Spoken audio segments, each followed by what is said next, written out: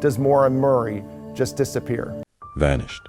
The disappearance of Maura Murray, a promising life. In the quiet New England town of Hanson, Massachusetts, the Murray family was known for discipline, achievement, and pride.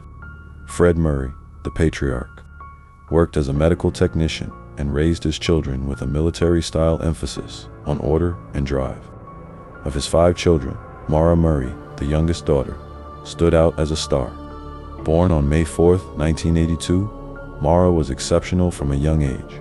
She was bright, athletic, and charming. Teachers called her focused and gifted. Friends described her as both confident and reserved, with a deep loyalty to those close to her. Her achievements mirrored her ambition. She was a standout in cross-country running, and she excelled in math and science, an early sign of her analytical mind. By her late teens, Maura was on a fast track. After a brief stint at the United States Military Academy at West Point, she transferred to the University of Massachusetts Amherst to pursue a career in nursing.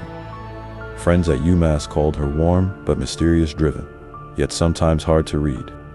She worked 2 part-time jobs to support herself, one at an art gallery security desk and another in campus dorm security. Maura's boyfriend, Bill Rausch, was an Army officer stationed in Oklahoma. Their relationship was intense, sustained by long-distance calls and visits, but complicated by distance and the pressures of young adulthood. Maura often confided in her sister Kathleen and her father Fred, who remained a strong presence in her life. But behind the bright future, there were hints of turbulent small signs that all was not well. In late 2003, Maura was caught using a stolen credit card number to order food from a local restaurant. While minor, it stood in stark contrast to her otherwise clean image. Her family brushed it off as a mistake, a momentary lapse in judgment. But for some, it was the first signal that Maura may have been carrying burdens she wasn't sharing. Despite this, by early 2004, Maura was planning for the future. She had recently spoken about transferring to a nursing program closer to Bill.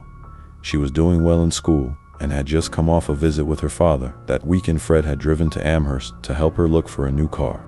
None of them knew it would be the last time they'd ever see her.